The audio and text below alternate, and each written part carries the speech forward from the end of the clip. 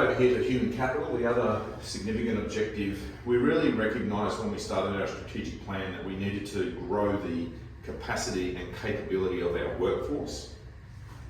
So we had already implemented many things in this area. You should have all heard of the EDAP training platform. We've got a focus in on safety. You may have seen there's a group of people in the business who are going through a high performance management training course at the moment. We've had Eamon and now Blake participating in the Future Leaders program that's run by Toyota. We've invested in the learning about the Toyota production system. It's very good for operations. A group of us went to Melbourne and did a Joshuken, which is learning about how it works. Tyler was sent to work with the TWSC team in Melbourne for 3 months. There's more training and involvement that we'll have moving forward with TPS. And we've also added internal training resources in the business. So Shez is filling that role. And again, that will develop over time. I think the thing about TPS that I just want to focus on at the moment, in terms of the cultural impacts for us, it's about making sure people feel comfortable to surface problems and that we actually have the tools and techniques to solve problems, and that we have a culture which centres around people. We focus on waste. We celebrate problems, but we've got a maturity to be able to go about solving problems together. And so the final pillar is customer experience excellence, and so we have implemented a number of things to assist with that, and some of them cross over. So on-time delivery helps the business with volume, but also is a better experience for the customer, as is service while you sleep. We had some new phone systems go in. We spent a fair bit of time getting reports out of that system and modifying how we were doing it, and we monitor that on an ongoing basis. And Loz has developed some new customer experience reporting. So in summary for all that, there's a lot of things that are actually happening and have actually already been done, and I appreciate that sometimes people may not understand everything's been done. There's been a lot of investment in time and money and effort by the business and by the people in the business.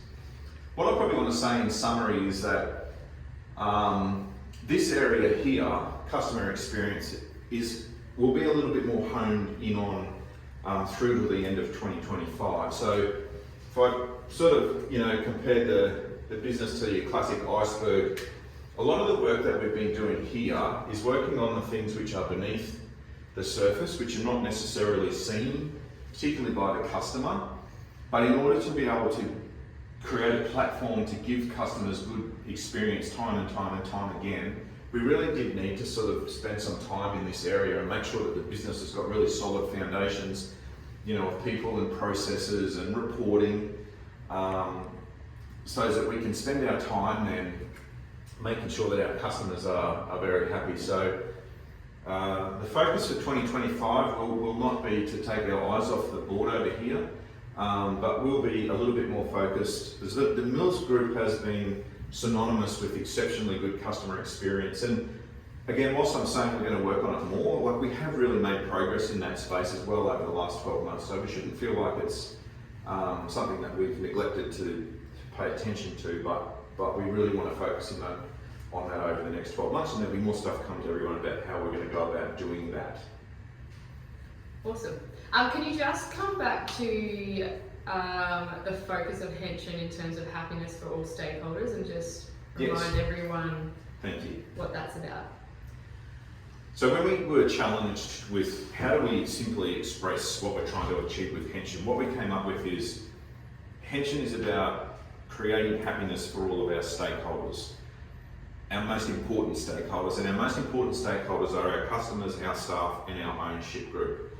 And so what that does when we think about it is all these things that we've got here, we should be able to put a green tick beside each one of those and say to ourselves, is that positive in terms of creating happiness for each one of those stakeholders?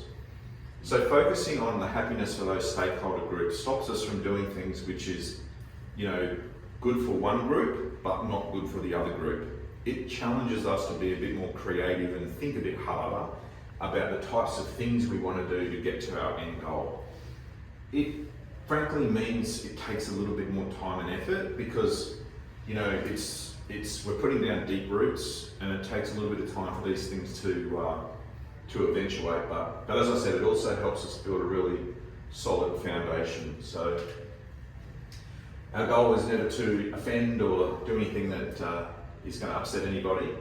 But you know, in doing things which are good long term, sometimes if there's complications to go through to get there, to get to the other side. Sometimes you've got to jump a bit of a nasty creek, but I'm really pleased with the way that this is going, and it does take effort and energy, and I know change can be confronting, but I feel like we are certainly making progress, and just the exercise today of writing this up on the board is a good reminder to me of how far we've come. So yeah, cool. And just one last thing, if any staff want to know more about any of the programs or that's going on, how can they find out and get more communication around it? Yeah, so communication is an issue for us that we recognise. So obviously we're issuing communications through EDAP. We will also try and bring this into our branch meetings. But the staff are welcome to ask for, you know, conversation with me or Mark. Nothing that we're doing is secretive. We have an Obeya room in Nambour where pretty much everything that we're doing is fully transparent. You can walk in there, and I'm happy to walk staff through there if they want to have a look and understand it all better. Awesome. I reckon that's about it. Thanks, Jess. Thank you.